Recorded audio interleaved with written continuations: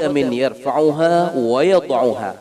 Tiap kaki telapak kaki yarfa'uha dia angkat, wa yad'uha dia turunkan. Ketika ia berjalan, tiap langkah kaki dia ayunkan, dia langkah, dia angkat, dia turunkan. Takunu kafaratan lidzunub, itu jadi kifarah untuk dosa-dosanya, wa rif'an liddarajat, dan untuk meninggikan derajatnya, untuk ampunan dosa-dosanya, meninggikan derajatnya, dan tambahan pahala kebajikan untuknya. Hadza liman lam yahfaz syai'a. Ini yang 7 ini untuk orang yang duduk di majelis ilmunya ulama tapi enggak ngafal apa-apa, enggak bisa hafal apa-apa. Wa amman la yahfazu falahu adhafu dzalika mudhafa. Bagaimana kira-kira? Bisakah kamu membayangkan bagaimana dengan mereka yang duduk mendengar dan dia bisa menghafal? Tentu akan lebih banyak lagi. Wa Umar radhiyallahu ta'ala anhu qala, Umar radhiyallahu ta'ala anhu berkata, innar rajula la yakhruju min manzili wa alayhi min adh-dhunub mithlu jibali Tihama. Ada seorang laki-laki, kata Sayyidina Umar ya, Khulafaur Rasyidin, Amirul Mukminin. Ada satu orang laki-laki, dia keluar dari rumahnya dengan dosa sebesar gunung Tihama. Gunung Tihama itu gunung termasuk gunung besar di Hijaz. Dia keluar dari rumahnya, bersama dirinya itu dosa sebesar gunung Tihama. Fa idza sami'al ilma, dia duduk di majelis ilmu. Ketika dia mendengar ada ilmu disampaikan, khafallah, tiba-tiba muncul rasa takutnya kepada Allah karena dosa-dosanya. Wastarja'a dhunubuhu, dia teringat dengan semua dosa, rasa takut. Dia dengar ilmu dia sampaikan, rasa takut muncul, terbayang kembali dosa-dosa yang dilakukan. Fayansarifu ila manzilihi. Nah, kemudian dia bangun dari majelis itu, pulang ke rumahnya, walaysa alaihi dzambun, tidak tersisa satu lagi pun dosa darinya. Padahal tadi dosa sebesar gunung Tihama. Tapi dengan sebab dia mendengarkan ilmu disampaikan, kemudian muncul rasa takutnya kepada Allah. Terbayang semua dosa-dosa itu. Rasa takut pada Allah muncul. Dia kembali ke rumahnya dalam keadaan laisa alaihi dzambun. Enggak ada satu dosa pun lagi yang masih tersisa. Jadi efek duduk dalam majelis ilmu itu bisa menjadi sebab ampunan dosa-dosa. Fala tufariqu majalisal ulama. Maka kata Sayyidina Umar, janganlah sekali-kali kalian berpisah dari majelisnya para ulama. Fa innallaha lam yakhluqu ala wajhil ard, karena sesungguhnya Allah Ta'ala tidak menciptakan di muka bumi ini akramu min majlisim, yang lebih mulia dari majelis mereka. Qala ba'dhum, bahkan sebagian ulama mengatakan, walau lam yakun li huduri majlisil ilmi manfa'atan siwa an-nadhri ila wajhil alim lakana al-wajib 'ala al-'aqil ay yuraghiba fi. Kalau sekiranya pun di dalam majelis ilmu itu tidak ada manfaat apa-apa selain menatap wajah ulama itu sendiri, lakana al-wajib, cukuplah bagi orang yang berakal untuk senantiasa tamak untuk duduk dalam majelis ilmu para ulama. Bahkan seperti itu. Sekiranya pun misalnya enggak ada manfaat pahala, ampun dosa, enggak ada itu semua. Enggak ada manfaat apa-apa kecuali hanya tok mandang wajah ulama. Misalnya cuman itu tok manfaatnya, enggak ada manfaat lain. Lakanal wajib, maka sungguh adalah wajib bagi orang yang berakal sehat ayyuraghiba fih, hendaklah ia tamak, semangat untuk duduk dalam majlis. Fakaifa, bagaimana tidak? Fakaifa ma, bagaimana tidak? Waqad aqama an-nabiy sallallahu alaihi wasallam al-ulama maqama nafsi, karena Nabi telah meletakkan ulama pada kedudukan tempat duduk Nabi setelah kewafatan Nabi. Itu sebab Nabi sallallahu alaihi wasallam bersabda, ini ajib nih Pak, ini hadis Nabi ini ya. Man zara aliman faka'annama zarani. Ini Umar nih ketika memberikan targhib, dorongan duduk dalam majelis ilmu, datang kepada alim dan sebagainya, sampai menjelaskan seperti tadi, kalaupun sekiranya enggak ada faedah apa-apa, pahala apa-apa enggak ada selain mandang tok wajah ulama itu, cukuplah bagi orang berakal, wajiblah bagi orang berakal untuk tetap semangat duduk dalam majelis ilmu. Bagaimana tidak? Karena Nabi SAW telah meletakkan ulama pada kedudukan tempat duduk Nabi setelah wafatnya Nabi. Karena Nabi Agung SAW telah bersabda, "Man zara aliman faka'annama zarani." Barang siapa menziarahi seorang ulama, maka sungguh seakan-akan ia telah menziarahiku.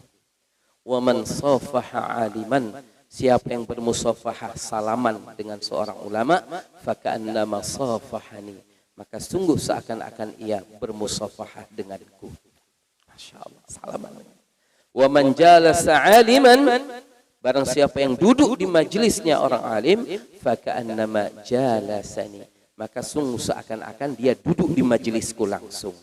Wa man jalasani fid dunya, siapa yang duduk di majelisku di dunia ini, ajlasahullahu ta'ala ma'ya yaumal qiyamah fil jannah. Allah Ta'ala pasti benar-benar akan mendudukkan dia bersamaku pada hari kiamat di dalam syurga. Masya Allah. Sampai di sini saya dimuliakan oleh Allah Ta'ala malam ini. Semoga dengan keberkahan hadis-hadis yang kita dengar, kita baca sama-sama, dengan keberkahan, karomah, takwa, zuhud, waraknya para ulama yang disebutkan, juga musannif penulis kitab ini, kita mendapat berkahnya kecintaan pada para ilmu dan para ulama, dan istiqomah dalam majelis ini insyaallah. Sampai di sini ada pertanyaan? Ada pertanyaan? Ada pertanyaan?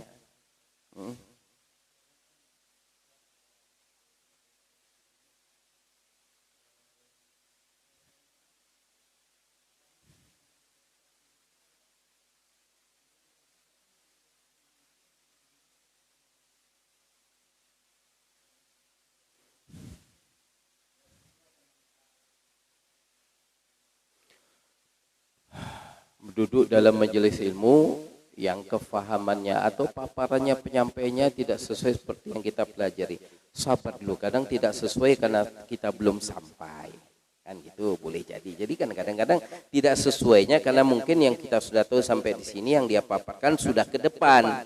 Jadi kita sabar dulu, ini yang pertama. Nah, kalau memang yang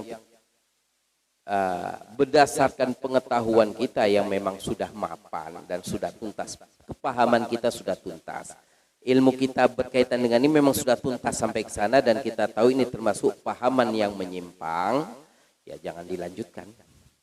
Ya, pahaman yang menyimpang. Misalnya kita duduk di majelis ilmunya, orang yang duduk yang mengajarnya ahlul bid'ah, yang duduk juga ahlul bid'ah, yang sampaikanlah perkara-perkara yang sesat, ya jelas kita nggak usah lanjutkan.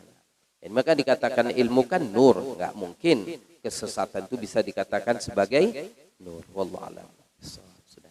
Kita baca Fatihah sama-sama ya. A'udzu billahi minasy syaithanir rajim. Bismillahirrahmanirrahim. Alhamdulillahi rabbil alamin. Ar-Rahmanir Rahim. Maliki yaumiddin. Iyyaka na'budu wa iyyaka nasta'in. Ihdinas siratal mustaqim.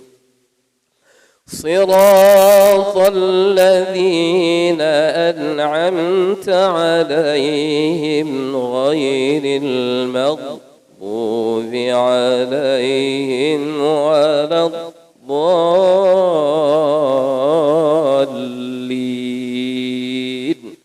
Amin. Jemaah sekalian, Fatihah ini kan satu surah yang dia merupakan rukun, salah satu di antara rukun qauli di dalam salat. Kayaknya untuk Fatihah ini setiap hari kita mesti belajar untuk selalu memperbaikinya.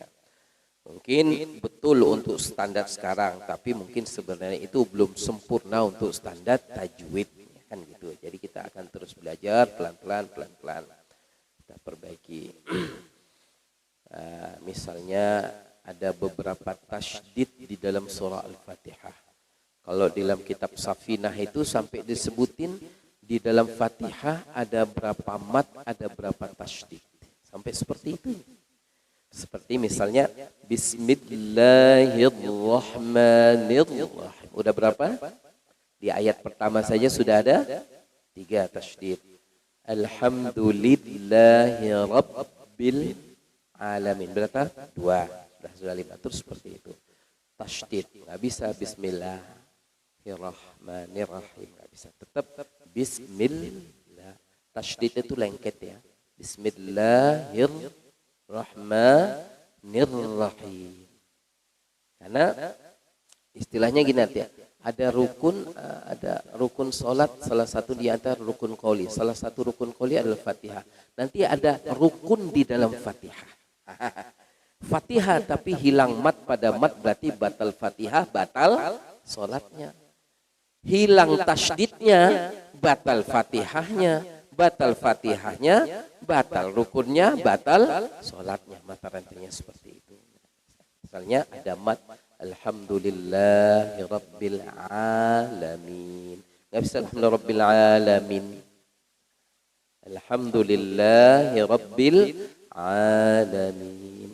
Dan Ain Alhamdulillahi Rabbil Alamin. Ain Alhamdulillahi Rabbil Alamin. Tuhan segala penyakit. Alamin Tuhan semesta alam. Ar-Rahmanir-Rahim. Tasydid. Ar-Rahmanir-Rahim. Ada nggak bisa? Ar-Rahmanir-Rahim nggak bisa.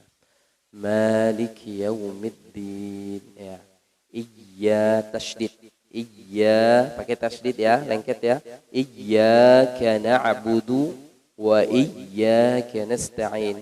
Ini kalau kita pakai tasydid, iyyaka itu maksudnya kepada Allah. Hanya padamu ya Allah aku menyembah, hanya kepadamu ya Allah aku minta pertolongan. Kalau tidak ada tasydidnya, maknanya melenceng kepada matahari kita sembah, kepada matahari kita minta tolong. Bagaimana? Wah, ini ulai syirik. Ulai syirik. Jadi jangan dibaca iyyaka na'budu wa iyyaka nasta'in. Ditekan ya. Kalau tulisan Latinnya double Y lah. Kalau tulisan Latinnya double Y. Iyyaka na'budu wa iyyaka nasta'in. Kemudian ihdinas siratal mustaqim. Ihdinas siratal mustaqim. Ini kalau huruf to itu masuk huruf isti'laq. Kalau istilah belajar tajwid, belajar sifat huruf isti'laq, dia ada kayak menggelembung ininya. Ihdinas siratal gitu. Ihdinas siratal mustaqim. Nanti kalau kita bacanya itu tidak shad, to-nya tidak to, ihdinas siratal mustaqim. Ihdinas siratal mustaqim itu jalan yang lurus. Kalau siratal itu jalan kepiting. Jadi kita minta jalan kepiting. Dan kita mintanya doanya dalam sholat makbul, makanya hidupnya kepiting lah, kepiting. Ya, mau ke sana dekat nampak, tapi kok nggak sampai-sampai. Kepiting lama dia muter. Padahal yang dituju situ aja. Jadi kalau ihdinas siratal, karena kita minta yang makbul. Ihdinas siratal mustaqim, tunjuki kami jalan yang lurus. Itu dah. Siratal ladzina an'amta 'alaihim. Sini. Ini umum ya, walaupun umum bukan berarti itu sudah betul. Kan gitu kan. Umum bukan berarti sudah betul. Ihdinas siratal